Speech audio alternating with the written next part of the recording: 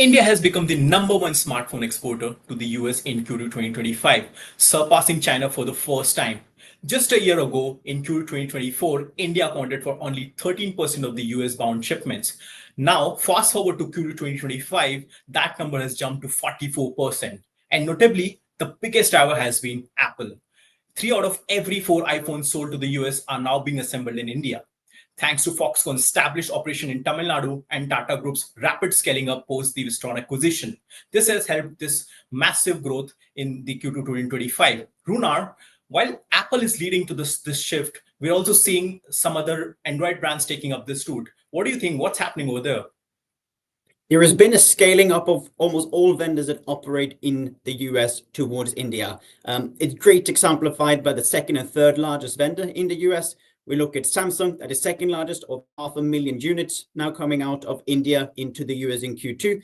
Samsung is, of course, more dependent upon Vietnam and Korea for its main production, so it hasn't been as urgent as, for example, Apple, but also Motorola, the third largest vendor in the US, with over 1 million units. That's over 30% of Motorola sales in the US are coming out of India, so things are scaling up. But I think we're now also starting to see more rumors about India potentially having the risk of being hit with tariffs. How does that impact the trajectory of importing or exporting from India from, for example, vendors like Apple, Sanyam?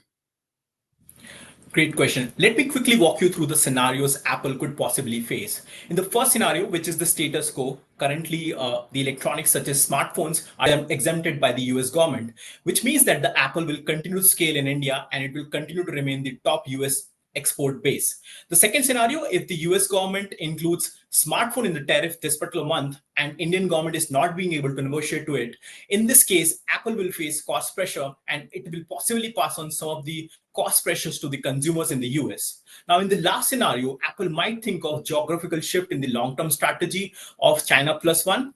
However, it would take years for Apple to build to something like this, and shifting out of India won't be easy because India offers the right mix of cost advantage, scale, and policy alignment for a brand like Apple. Now, this brings up to the question, Runar, as these new tariff risk resurfaces, do you think these conditions actually change how vendors view India as the manufacturing hub going forward? The tariffs that have come out this year proves one thing on how important supply chain resilience has been.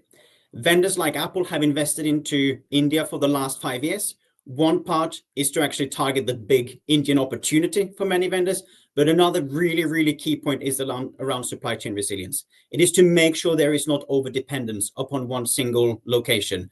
And this has been so important this year for a vendor like Apple to be able to tactically adjust and be able to operate quite efficiently based on that. So based on those factors, the investment in India will continue on. It's more about finding the sweet spot between different allocations and different regions. And that will definitely be the case for Samsung, Motorola, for Google, and many of the other vendors going ahead, which we will continue to assess in detail. So get in touch with us if you want to figure out what the investments in the US, what the changes in India means for different regions, different markets, and different vendor strategies.